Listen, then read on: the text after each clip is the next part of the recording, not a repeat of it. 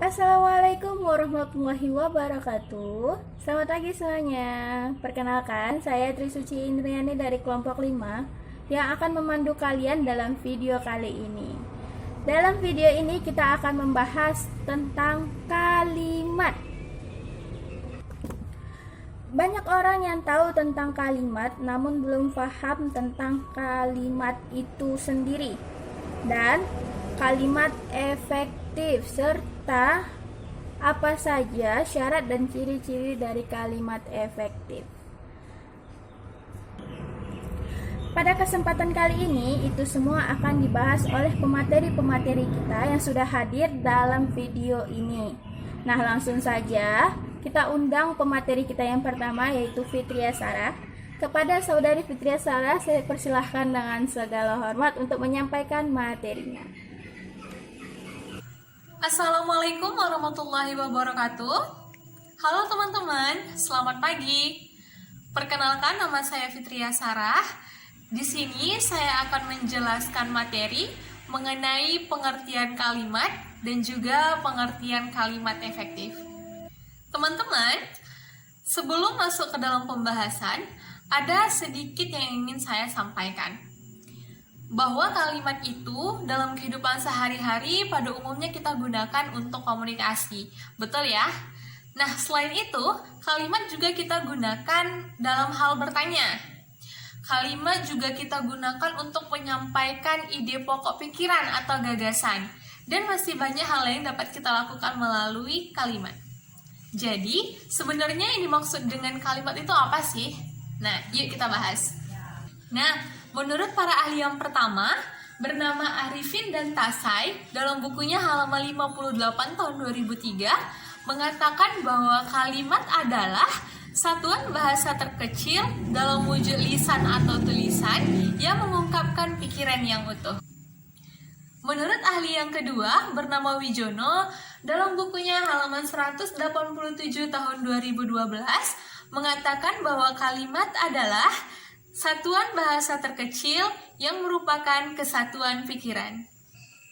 Menurut ahli yang ketiga, bernama Cook, Elson, and Pickett, dalam tarigan halaman 6 tahun 2009, yang mengatakan bahwa kalimat adalah satuan bahasa yang secara relatif dapat berdiri sendiri, yang mempunyai pola intonasi akhir, dan yang terdiri dari klausa.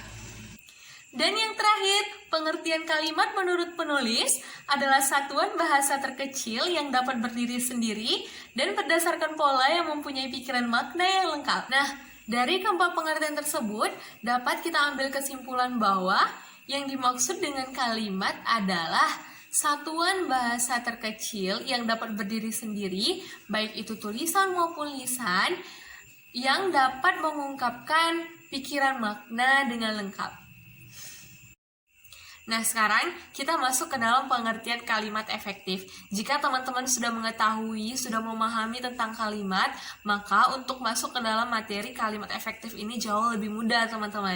Nah, yang pertama, menurut Kunjana Rahardi yang mengatakan bahwa kalimat efektif adalah kalimat yang memiliki kemampuan menimbulkan kembali gagasan atau pikiran pada diri pendengar atau pembaca.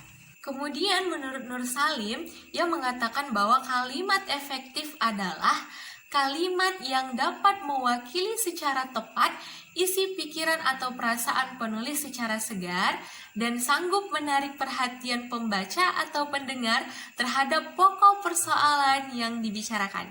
Maka dapat kita ambil kesimpulan bahwa yang dimaksud dengan kalimat efektif adalah kalimat yang dapat mewakili secara tepat gagasan atau perasaan penulis atau pembicara dan sanggup menimbulkan gagasan yang sama tepatnya dalam pikiran pembaca atau pendengar seperti yang dipikirkan oleh pembicara atau penulis.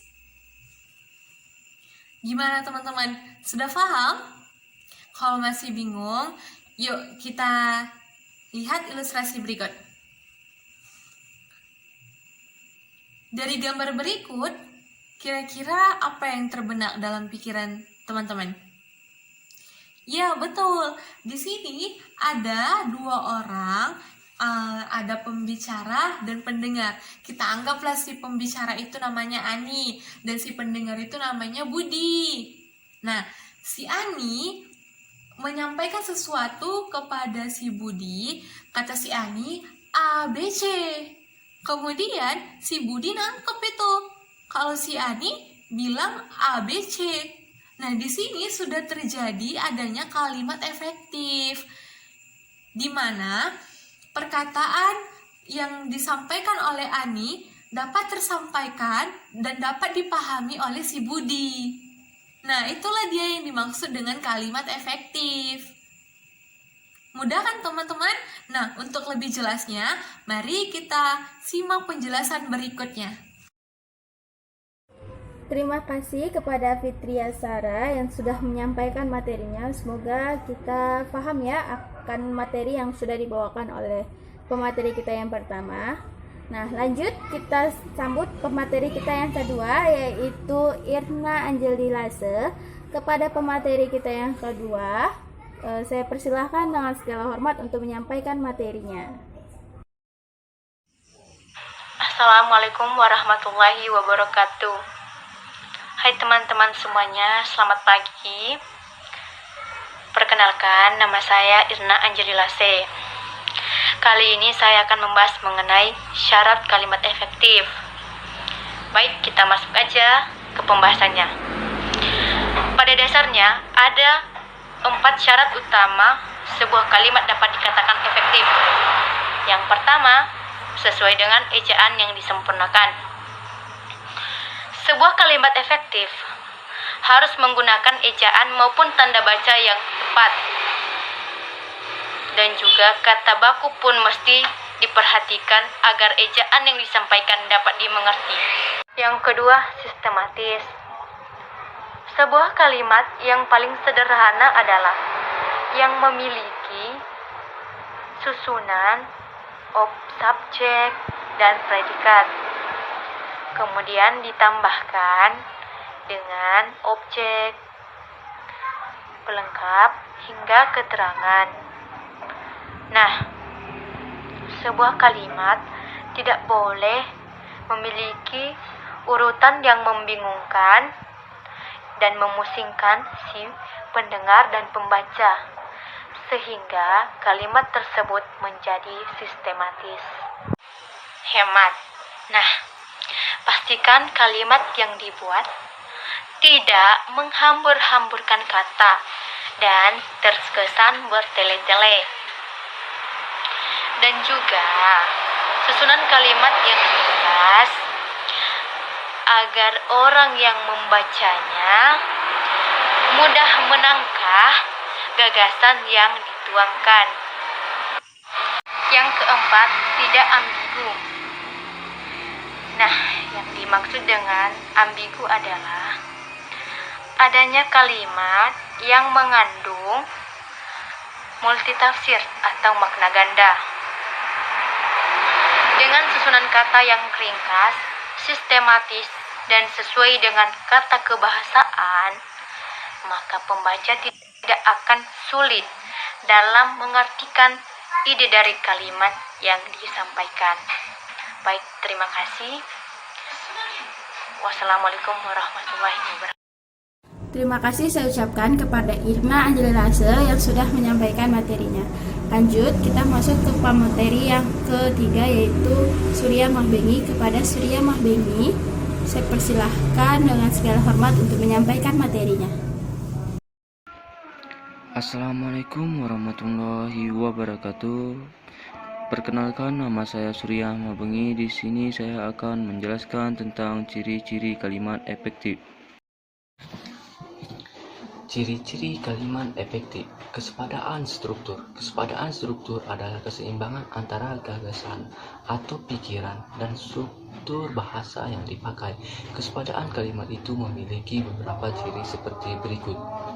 A. Kalimat itu mempunyai subjek dan predikat yang jelas. B. Tidak terdapat subjek yang ganda. C. Kata penghubung intra kalimat tidak dipakai pada kalimat tunggal. Predikat kalimat tidak didahului oleh kata yang. Adapun contohnya adalah seperti berikut. Bahasa Indonesia yang berasal dari bahasa Melayu adalah tidak efektif karena predikat kalimat tidak didahului oleh kata yang. Jadi kalimat yang efektif adalah bahasa Indonesia berasal dari bahasa Melayu. 2. Keparalelan bentuk. Keparalelan bentuk adalah kesamaan atau bentuk kata atau frase yang digunakan dalam sebuah kalimat. Artinya, kalau bentuk pertama menggunakan nomina, bentuk kedua dan seterusnya juga menggunakan nomina. Kalau bentuk pertama menggunakan verba, bentuk kedua juga menggunakan verba. Adapun contohnya adalah seperti berikut. Harga minyak dibekukan atau kenaikan secara luas. Kalimat tersebut tidak efektif karena kata dibekukan sama kenaikan adalah sama-sama predikat. Namun kedua kata yang sejenis tersebut tidak paralel. Kata dibekukan adalah verba yang berapik di-kan, sedangkan kalimat kenaikan adalah nomina yang berapik ke-an. Kedua kata itu seharusnya paralel. Agar menjadi kalimat efektif, kalimat di atas dapat diperbaiki menjadi kalimat berikut. Harga minyak dibekukan atau dinaikkan secara luas. 3. Ketegasan makna. Ketegasan makna adalah penonjolan pada ide pokok kalimat. Dalam sebuah kalimat ada ide yang perlu ditonjolkan. Kalimat itu memberikan penekanan atau penegasan pada penonjolan tersebut. Ada berbagai cara untuk membentuk penekanan dalam kalimat, yaitu A. Meletakkan kata yang ditonjolkan di depan kalimat. Contohnya, harapan Presiden ialah agar rakyat membangun bangsa dan negaranya. B. Membuat urutan kata yang bertahap. Contoh, sekali, dua kali, tiga kali, dia selalu membuat kekacauan. C. Melakukan pengulangan kata. Contohnya, saya suka kecantikannya, saya suka kelembutannya, saya suka senyumannya. E. Mempergunakan partikel penekanan atau penegasan. Contohnya, saudaralah yang bertanggung jawab. Terima kasih saya ucapkan kepada Surya Mahbengi yang telah menyampaikan materinya. Lanjut, langsung saja kita masuk ke pemateri kita yang keempat, yaitu Musa Effendi Lubis. Kepada pemateri kita yang keempat, saya persilahkan dengan segala hormat untuk menyampaikan materinya. Assalamualaikum warahmatullahi wabarakatuh. Perkenalkan, nama saya Musa Effendi Lubis. Saya sebagai pemateri yang keempat, dan saya di sini akan membaca kelanjutan dari saudara Surya, yaitu tentang ciri-ciri kalimat. Yang keempat ada kehematan kata. Menurut Arifin dan Tasai, yang dimaksud dengan kehematan dalam kalimat efektif ialah hemat mempergunakan kata, frasa, atau bentuk lain yang dianggap tidak perlu. Kehematan tidak harus menghilangkan kata-kata yang dapat menambah kejelasan kalimat. Penghematan di sini mempunyai arti penghemat terhadap kata yang diperlukan, sejauh tidak menyalahi kaidah tata bahasa. Ada beberapa kriteria yang perlu diperhatikan, yaitu A. Penghematan dapat dilakukan dengan cara menghilangkan pengulangan subjek.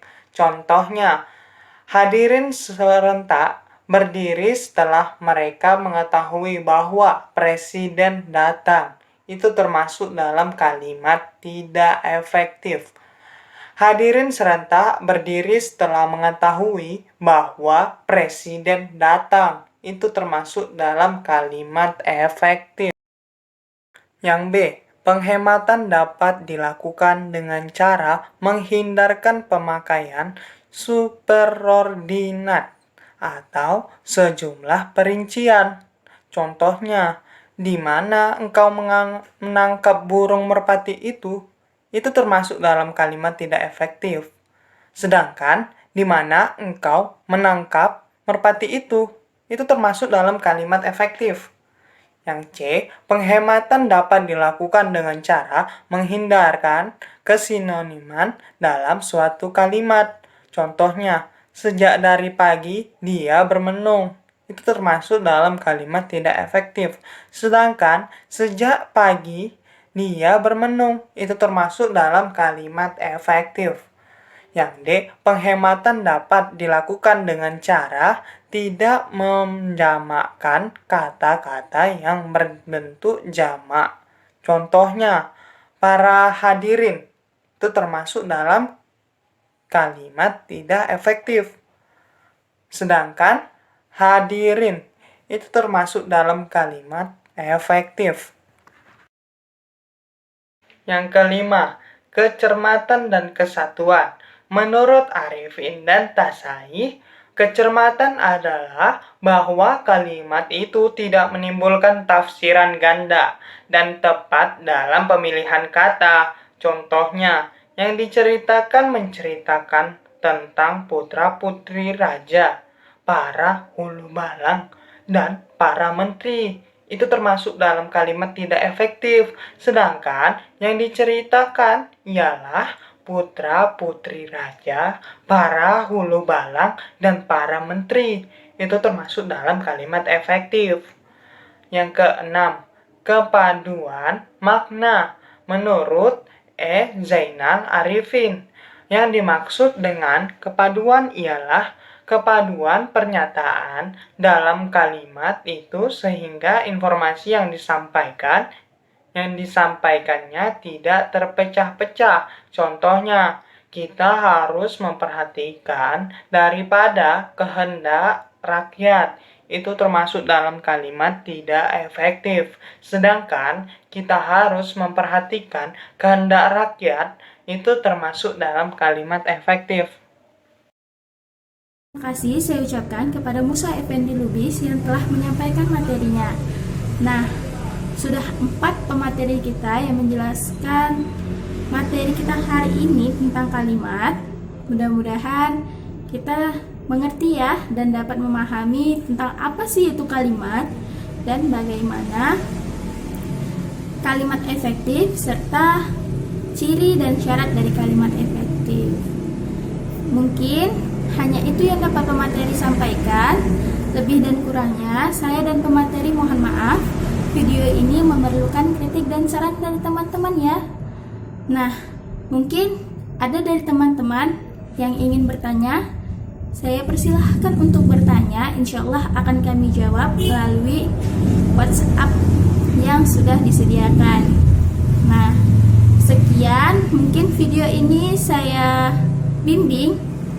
Saya tutup dengan wabillahi taufiq wal hidayah. Wassalamualaikum warahmatullahi wabarakatuh.